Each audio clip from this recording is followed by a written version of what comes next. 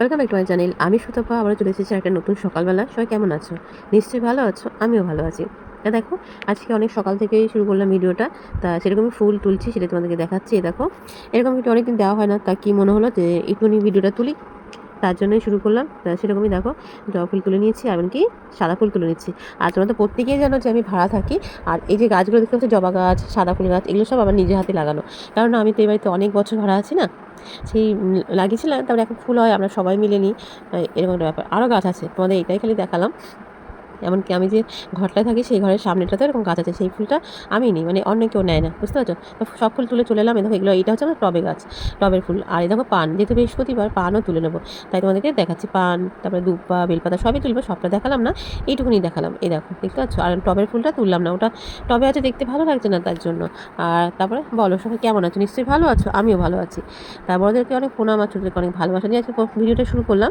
তাই সেরকমই দেখো, আগে ফুল তুললাম, তারপরে সকাল আগে উঠেই ঠাকুরের বাসন নাবি, আগে ঠাকুরের বাসনটা মেজে নেবো, কারণ এইটুকাটা ধরার আগে ঠাকুর বাসনটা মেজে সরিয়ে দেবো। তার জন্য এ দেখো, যেমন চেঞ্জ করতে হয় মেয়েদের, সেটা চেঞ্জ করে আগে ঠাকুর বাসনটা মেজে সরিয়ে দিচ্ছি।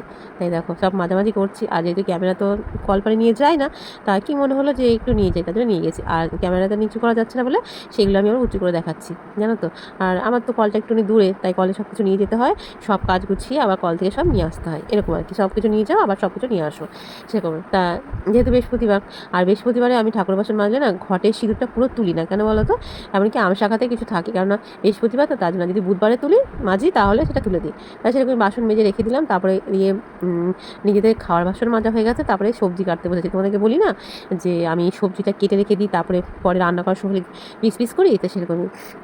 আর দেখো, কলটা ছেড়ে নিয়ে এঁচোড়টা কাটছি, কেন বলো তো? তাহলে না আঠাটা আমার হাতেও লাগবে না, আর বটি দাওতেও লাগবে না।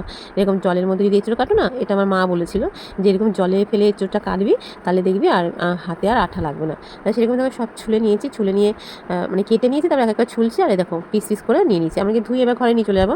তাই এখানে আলু আছে, তারপর তোমার এঁচোড় আছে, সব রকম, টমেটো আছে, লঙ্কা আছে, সেগুলো দেখালাম না। তারপর চলে এলাম স্নান টান করে, বাদবাকি কাজ করে চলে এলাম স্নান করে, দিয়ে বসে পড়েছি চা নিয়ে। এই দেখো, যেহেতু মা মেয়েতে থাকি, তোমাদের জানো, তাই সেরকমই চা কিনে নিলাম। তারপর দেখো, এদিকে নিচ্ছি বাটি, তারপর দিলাম জল, দিয়ে দিলাম একটু লবণ পরিমাণ মতন, আর দিয়ে দেবো সাদা তেল। এই দেখো, দিয়ে জলটা ফুটে যাবে, জলটা ফুটে গেলে দিয়ে দেবো পাস্তা, কেননা আজকে টিফিনে হবে পাস্তা, তার জন্য।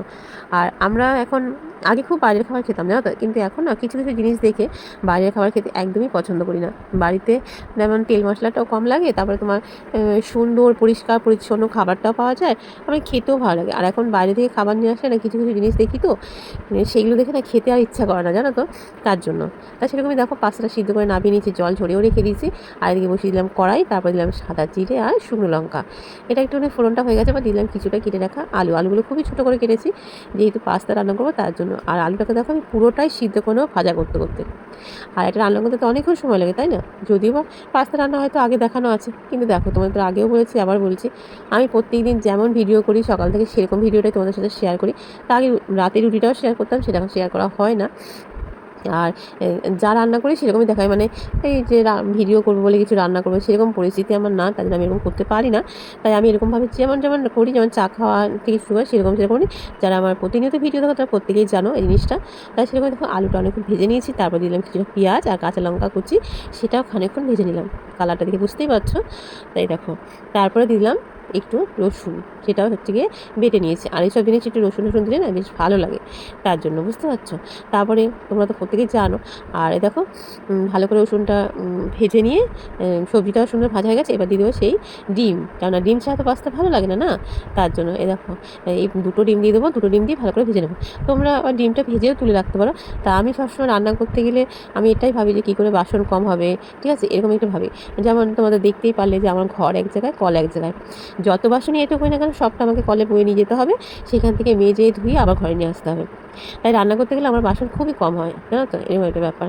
জানি না কেন, বুঝে শুনে করি, তাই জন্য হয়তো। তা দেখো, ডিমটা তো ভাজা হয়ে গেছে, এবার দিয়ে দেবো সেই পাস্তা, যেটাকে জল ঝরিয়ে রেখে দিচ্ছি। এবার দেখো, আর খুব একটা পাস্তাটা আমি সিদ্ধ করি না, তাতে বেশ ঘাটা ঘাটা হয়ে যায়, তার জন্য দেখো কম সিদ্ধ করে চলে, পাস্তাগুলো সব গোটা গোটা আছে, দেখতে পাচ্ছ। আর দেখো ভালো করে এবার ভালো করে নাড়াচাড়া করে নিচ্ছি। সবাইকে বলবো কেউ ভিডিওটা স্কিপ করো না, সবাইকে বলবো একটা করে লাইক দিয়ে দিও। আর তোমরা কমেন্ট রেখে দিয়েছো, আমি তোমাদের কমেন্ট দেখে চলে যাবো। আমি না এরকম অনেকের ভিডিও দেখি জানো তো, তারা না আমি ভিডিও দেখে আসি কিন্তু তারা আমার ভিডিও দেখে না। তার জন্য এখন থেকে আমি যারই কমেন্ট পাই আর একটা বিশ্বাস করতে পারো আমি ফুল ওয়াচ করে দেখি, ঠিক আছে। তারপর দেখো আরও টেস্ট বাড়ানোর জন্য দিয়ে দিলাম ওপর থেকে একটুখানি ম্যাগি মশলা, দেখতে পাচ্ছ। এবারও বেশ খানিকক্ষণ নাড়াচাড়া করে মিশিয়ে নেবো। তারপরে নামিয়ে নেবো সকালবেলার খাবার, গরম গরম পাস্তা। আর একটা পেঁয়াজ নিয়েছি আর একটা লঙ্কা নিয়েছি, দেখতে পাচ্ছ। খেতে খুব ভালো হয়েছিল, নুন নুন ঝাল ঝাল এই আর কি। তা দেখো পাস্তা রান্না করে তো নামিয়ে খাওয়া হয়ে গেল, ঠান্ডা করে তারপরে বসিয়ে দেবো রান্না। এ দেখো তার জন্য বসিয়ে দিচ্ছি কড়াইতে দিয়ে দিলাম সর্ষের তেল, আর দিয়ে দেবো পটল, এটা কেটে নিয়েছি। আর পটলটাকে নুন হলুদ মাখাইনি, পটলটা কড়াইয়ের মধ্যে দিয়ে তারপরে ওপর থেকে একটু নুন হলুদটা এরকম ছড়িয়ে দিলাম। তারপরে পটলটাকে ভালো করে পিটে করে ছড়িয়ে নিয়ে তারপরে হচ্ছে গিয়ে একসাথেই সবগুলো দিয়ে দিয়েছি জানো তো। অল্প অল্প করে ভাজলেও হয়, তা আজকে কী হয়েছে সবগুলো একসাথে দিয়েছি। আর পটলটাকে ভালো করে ছুলেছি, চেঁচে নিলে একটুখানি হয়, কিন্তু এগুলো তো ভালো করে ছুলে নিয়েছি। তার জন্য হাই করে দিয়ে খুব সুন্দর করে ভেজে তুলে নিচ্ছি জানো তো।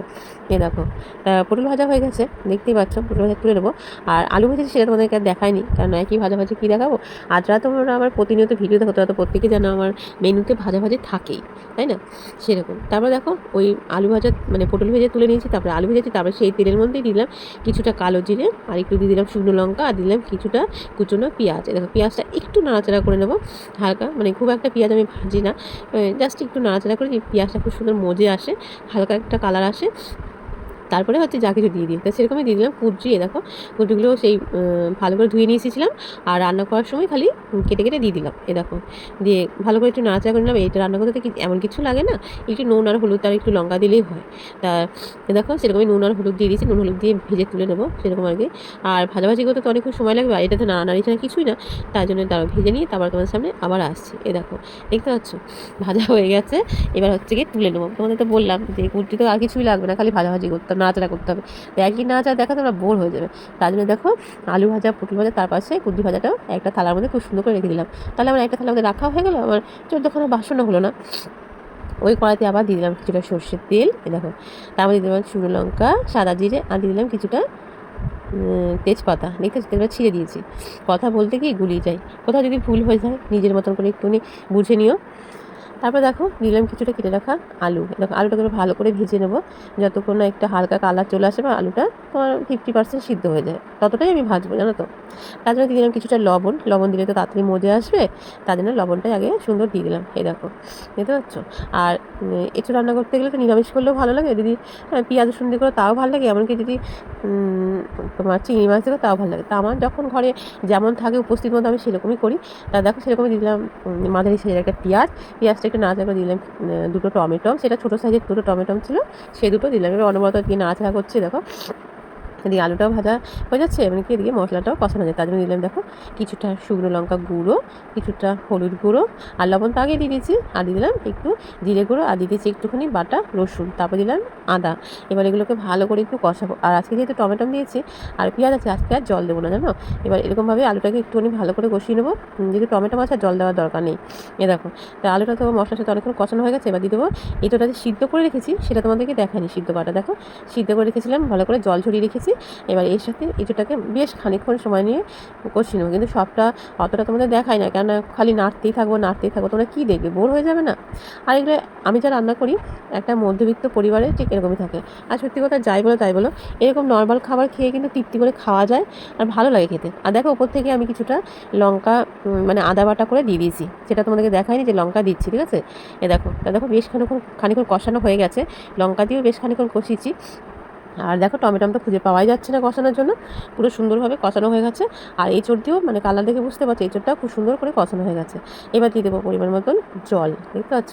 এ দেখো আর জলটা দেওয়ার পর জানো তো অনেক সময় দেখবে আমরা তো রান্নাটা নিয়ে বসে থাকি না, এই কিছু বলে একটু কলে যেতে হয় জল ঢাল দিতে, তাই সেরকমই জল দিয়ে আমি কলে চলে গেছিলাম।